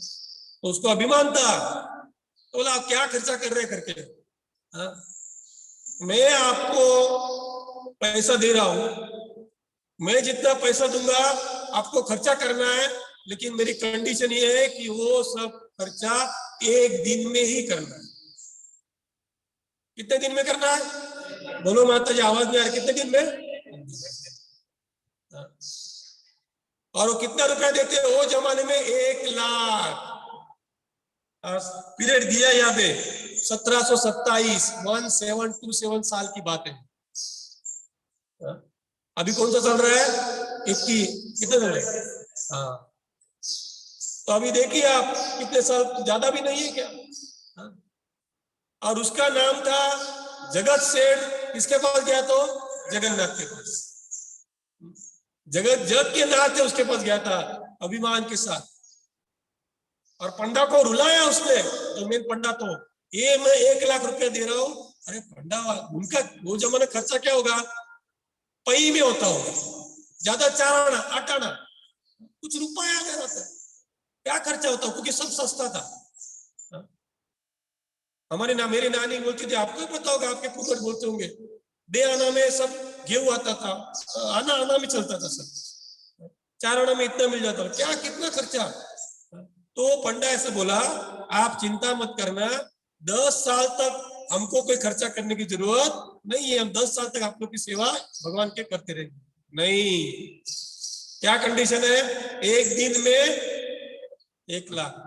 आप जगन्नाथ जगन्नाथ कर रहे, क्या खर्चा कर रहे? करके बताओ करके, हाँ? क्या जगन्नाथ का? कुछ नहीं करके। और वो अक्षर से रोता है, रोते हैं पंडित, पंडित नहीं पंडा। भगवान तो सब जान रहे हैं, जो भगवान के पास आते, भगवान क्या करे, अभी ये अभिमान से बात कर रहा है। तो भगवान उनको बोलते हैं, काम कर, मैं जो बता रहा हूँ वो फॉर्मूला उसको बता दे। दूसरे दिन सुबह वो पंडा उनके पास जाता है, क्या नाम है उसका?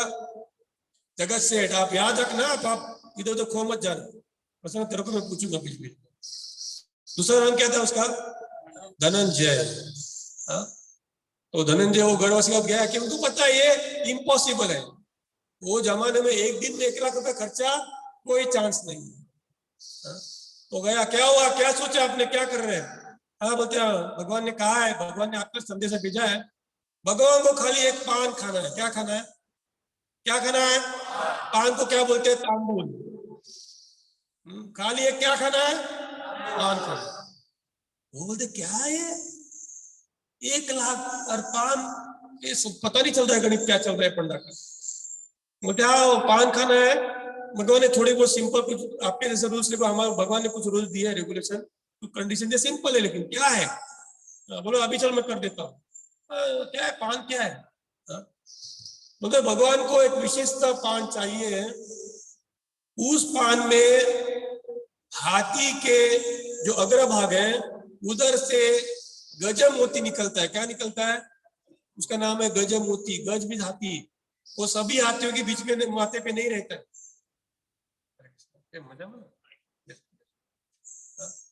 वो सभी हाथी के माथे में रहता है।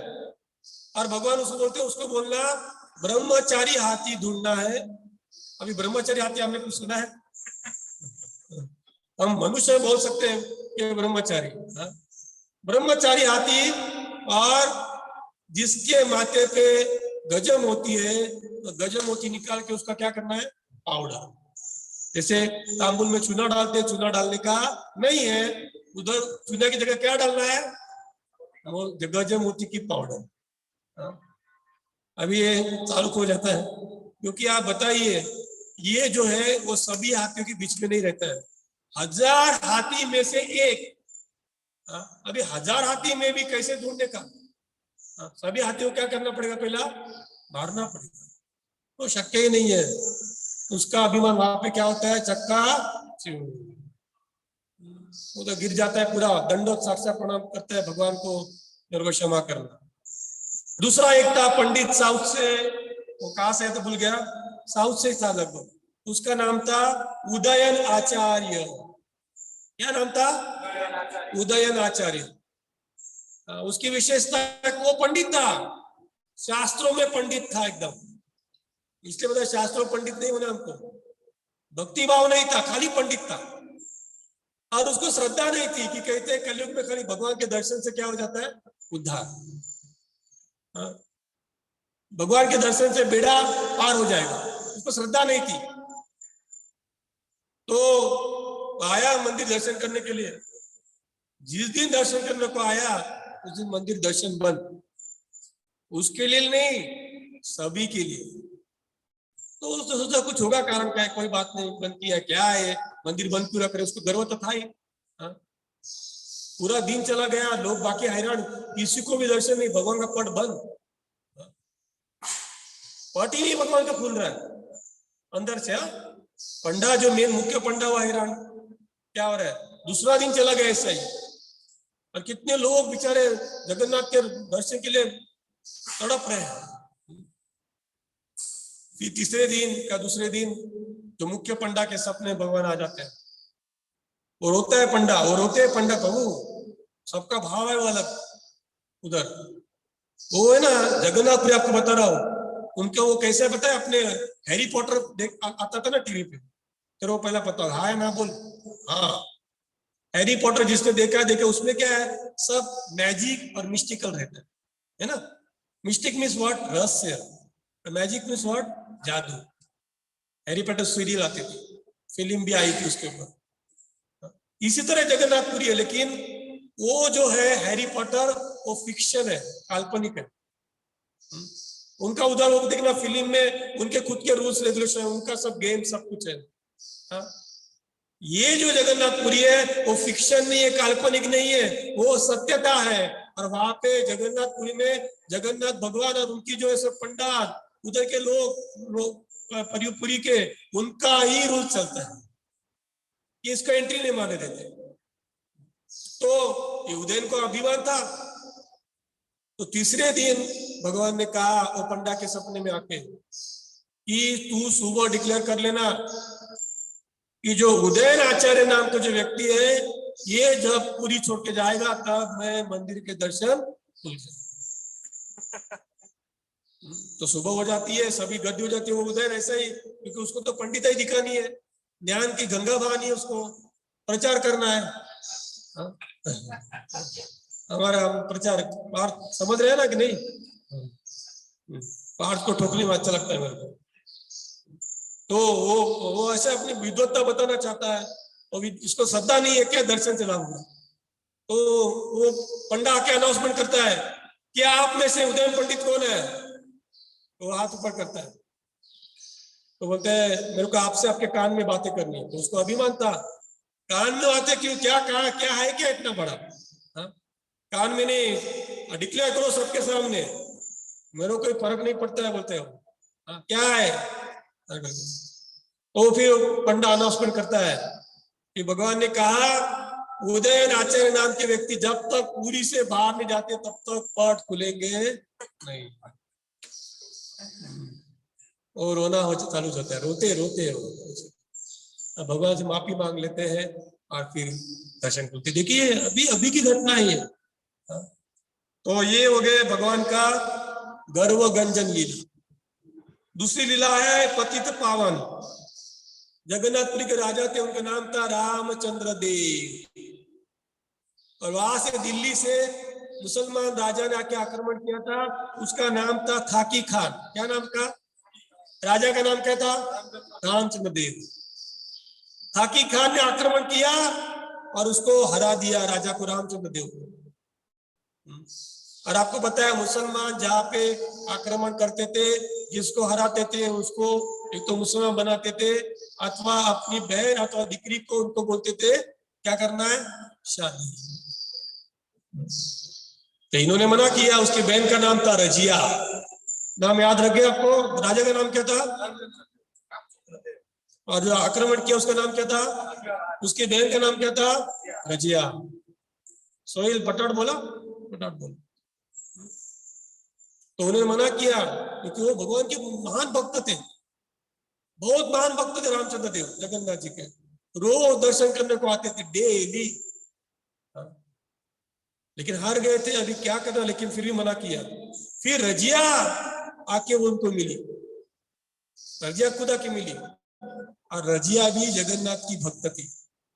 रजिया बता रही कि मेरी माँ, क्योंकि आपको पता है वो जमाने में बहुत सारे हिंदुओं को मुस्लिम बना गया था, मेरी माँ हिंदू थी, वो जगन्नाथ की भक्त थी, मैं जगन्नाथ की भक्त हूँ।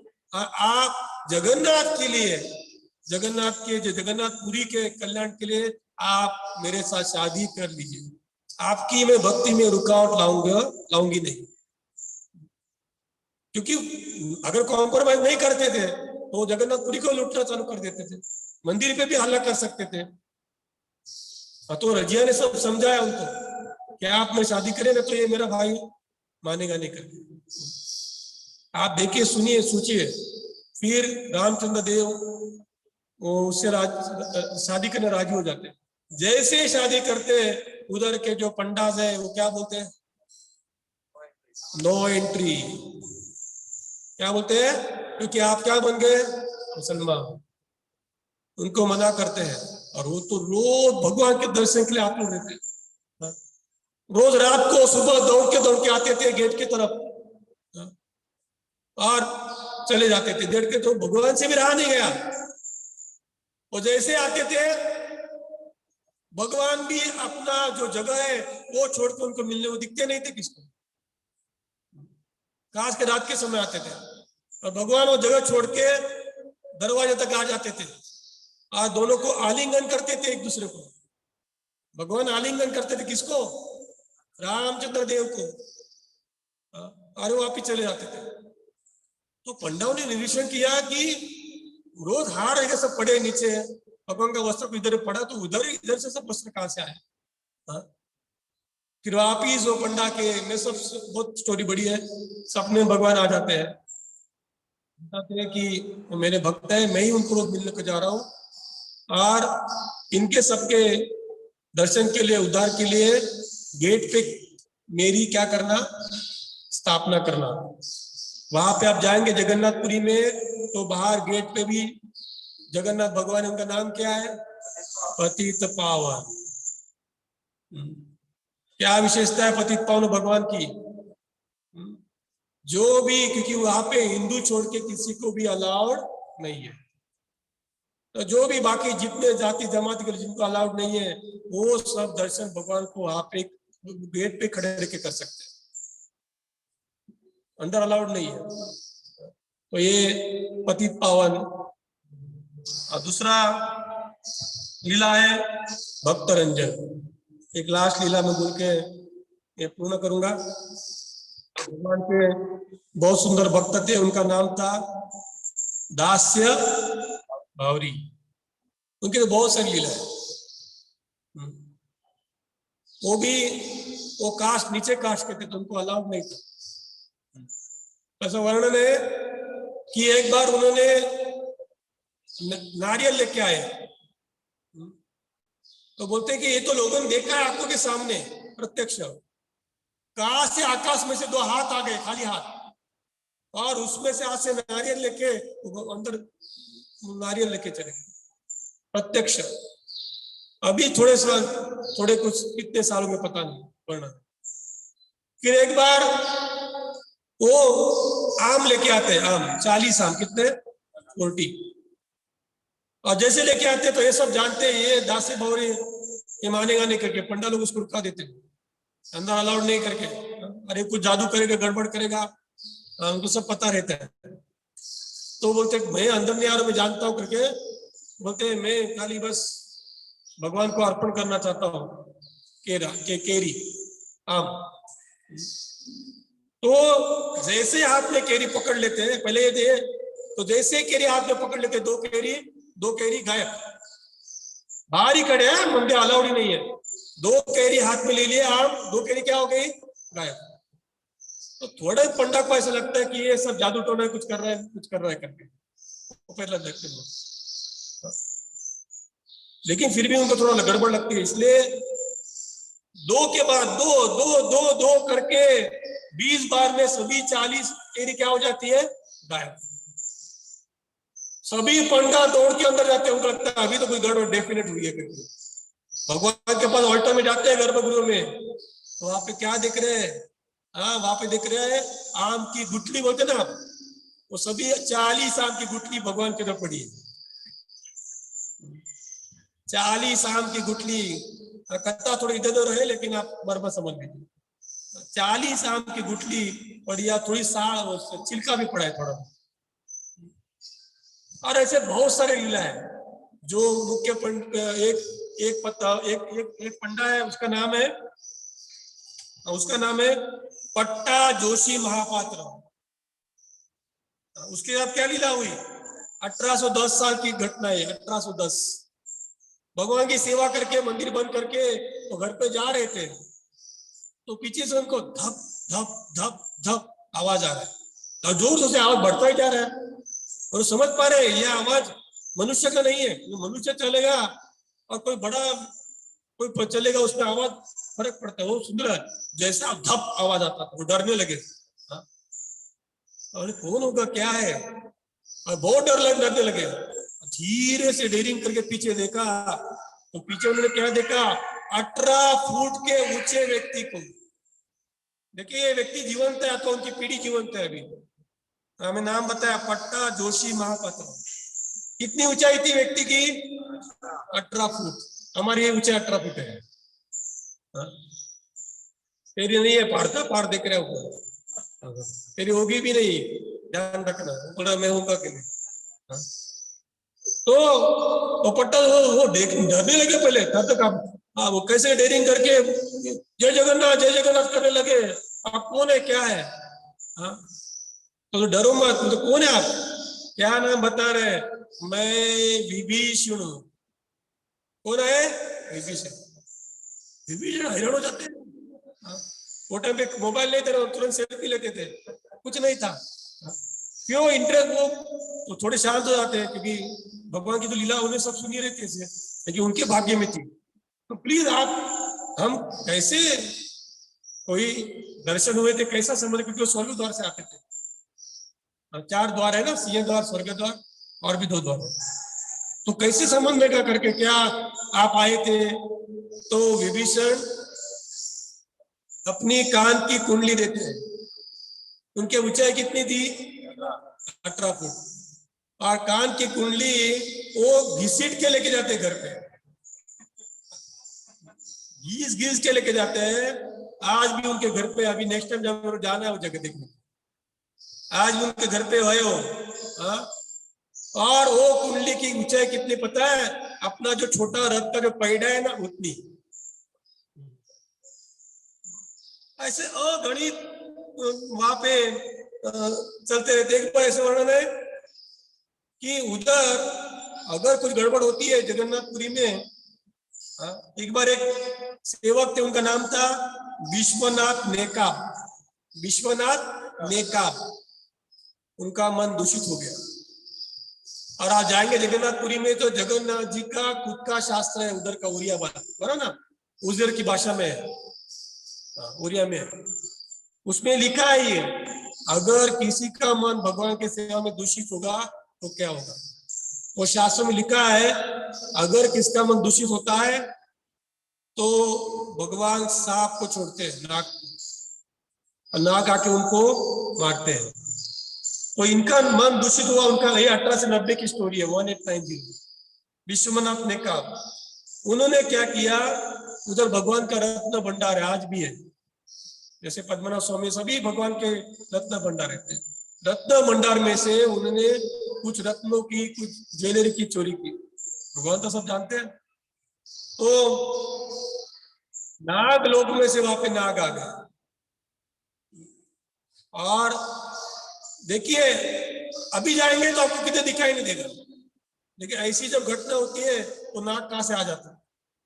आज के दिन में भी उधर जो कुछ ऐसी जगह भी नहीं नाग आने के लिए, लेकिन उधर नाग प्रकट हो जाते तुरंत ही, और नाग ने उसको काटा और उनको मार दिया। वैसी ऐसी घटना डाकू ने एक बार आक्रमण किया था, उस समय भी ऐसे नाग प्रकट हो गए, और वो डाकू वो जमाने में इंडिया में फेमस थे, उनके ऊपर बहुत सारा पैसा लगा था पकड़ने के लिए, तो लूटने के बहाने आए थे पुरी में, लूट लेंगे करके, तो उनको भी नाग ने डस लिया था। बाद में एक फ्रांस से एक व्यापारी आया था, वो पौंडीचेरी जा रहा था, पूरी समुद्र किनारा है, उसकी बोट क्या हुई थी, वहां पे फंस गई थी। वो क्रिश्चियन भी था लेकिन नास्तिक था, और वो सब उपाय करके देखा, वो बोट फंस गई थी दलदल में, निकल नहीं रही थी। तो किसने उनको कहा कि आप जगन्नाथ जी प्रार्थना करना, आपका हो जाएगा। तो वो इच्छा नहीं थी, लेकिन क्या करे, उस सिस्टम में कुछ कुछ था ही नहीं। तो आए और भगवान से प्रार्थना किया कि भगवान आप इसमें निकाल दो, और रियली दूसरे दिन बोट चलने लगी। तो राजी होके उन्होंने एक बहुत बड़ी बेल रहती बेल 1746 में गिफ्ट दी है उधर, वो आज के दिन भी है, 70 बहुत बड़ी बेल है। बाद में 1971 में पाकिस्तान इंडिया का वार हुआ था, पाकिस्तान इंडिया का युद्ध हुआ था, तब पुजारी डर के मारे भाग गए थे। तो जो मेन पुजारी थे उसके सपने भगवान आए, तेरे कोई डरने की जरूरत नहीं, इधर कुछ पूरी में कुछ होने वाला नहीं है, तू जाके वहां पे रह जा आराम से। वो वापिस आ गए। ये अभी सब अभी की घटना है, मैं ही भक्तों से सुना हूँ, लेकिन सच्चाई सब घटना है। और कितने बार हमने देखा है द्वारका में, पुरी में, अभी भी पुरी में तूफान आया था ना, क्या नाम था उसका, 2 अक्षर का नाम था, तो थोड़े टाइम पहले आया था, नाम दिया तूफान को, पुरी में कुछ भी नहीं हुआ। हाँ फनी कुछ भी हुआ नहीं। तो इस तरह ये जगन्नाथ की लीला परंपरा है। अभी हमारा भी आप देखिए, महाराज ने भी, आपको बता रहा हूं, रुक्मिणी द्वारकाधीश भी बाद में आए हैं द्वारका में। पहले कौन आए हैं, जगन्नाथ बलदेव सुभद्रा माई आए, मीन्स प्रत्यक्ष स्वरूप विराजमान नहीं हुए, लेकिन भारत ने क्या चालू किया वहां पे, रथ यात्रा। पहले रथ यात्रा चालू किया 97 में, पहली रथ यात्रा। रथ यात्रा होने के बाद तो रुक्मिणी द्वारकाधीश स्वरूप आए हैं। पहली रथ यात्रा मैं सुंदर गोपाल तब जस्ट ज्वाइंट हो गए थे, और महाराज ने फोन करके कहा आ रहे कर। और महाराज जी को बहुत प्रिय थे जगन्नाथ जी, इसलिए देखिए इधर भी महाराज ने मूल ओरिजिनल स्वरूप है भगवान का, क्या नाम है, नील माधव, और अपने दादा कृष्ण का नाम क्या दिया है, नील माधव। ओरिजिनल स्वरूप है नील माधव, भगवान का नील माधव नाम है। और थोड़े टाइम नील माधव ने आए तो जगन्नाथ पीछे पीछे आ ही गए यहाँ पे। हमारे 2002 से रथ यात्रा चल रही है। भगवान के महाराज के फोटो भी आपने देखे होंगे, द्वारका के रथ यात्रा में डांस कर रहे हैं। अब देखना महाराज के कैलेंडर में है, महाराज ने एक हाथ ऐसा रखा है, उमर फिर भी हाथ ऐसा करके नाच रहे। महाराज ने रथ यात्रा में कभी विचार नहीं किया कि कितने लोग आ रहे हैं, डोनेशन देंगे कि नहीं देंगे। 1996 से लेकर आज तक हमारे द्वारका की यही यूनिक रथ यात्रा है, हम कभी किससे पैसा मांगते नहीं है। कितने लोग आते हैं, आनंद करते हैं। द्वारका की यूनिक रथ यात्रा हो गई, कहाँ से लोग आते हैं। तो हमारे जीवन में भी जगन्नाथ जी का बहुत, मेरे खुद के जीवन में फार महत्व है। सुबह बताया कि एक्चुअली महाराज और भगवान के स्वरूप में मेरे को पहले जगन्नाथ ही प्राप्त हुए।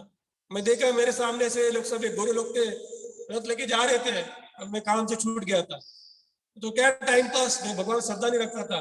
उनके पीछे पीछे कोई फॉरेनर थे, सब बॉम्बे की बात कर रहा हूँ, इनके पीछे पीछे पीछे मैं चला गया था। तो वो टाइम पे गिरगांव चौपाटी में रथ यात्रा पूरी हुई थी, और रथ यात्रा पूरी हुई थी, सभी बेचारे भक्त थक गए थे, तो कहा घुस गए प्रसाद हॉल में। लेक्चर में कोई भी नहीं था, और लेक्चर किसका चल रहा था? महाविष्णु गोस्वामी महाराज। उन्होंने तब हम माता के गर्भ में 9 महीना रहते तो कैसी अवस्था हमारा विकास होता है, बहुत ही सुंदर प्रवचन, अभी भी मेरे को नहीं याद है।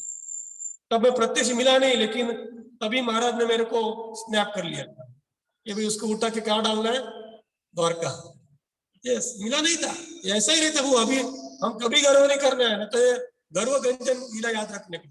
मैं रोज समझा रहा हूँ, अपने क्या बोलते जोर पे आप भक्ति में कभी नहीं आगे जा पाए, अपने ज्ञान पे नहीं, प्रयास करना है, रिजल्ट कृष्ण में छोड़ना है।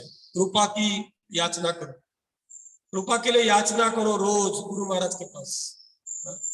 तो मेरा पहली वहां महाराज दर्शन और जगन्नाथ जी के पहले दर्शन, तो मेरे जीवन में भी उनके कारण टर्निंग पॉइंट हो गया।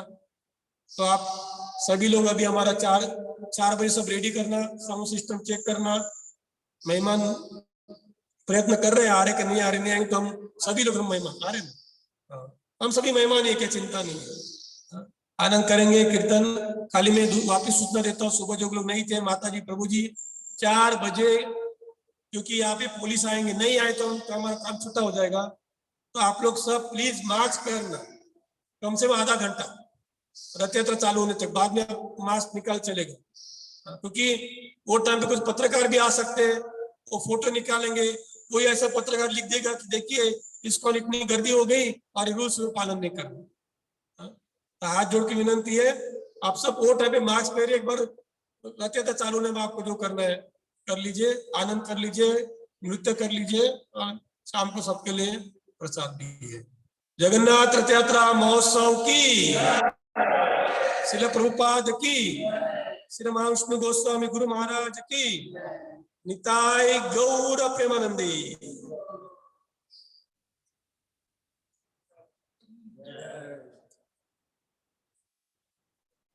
क्या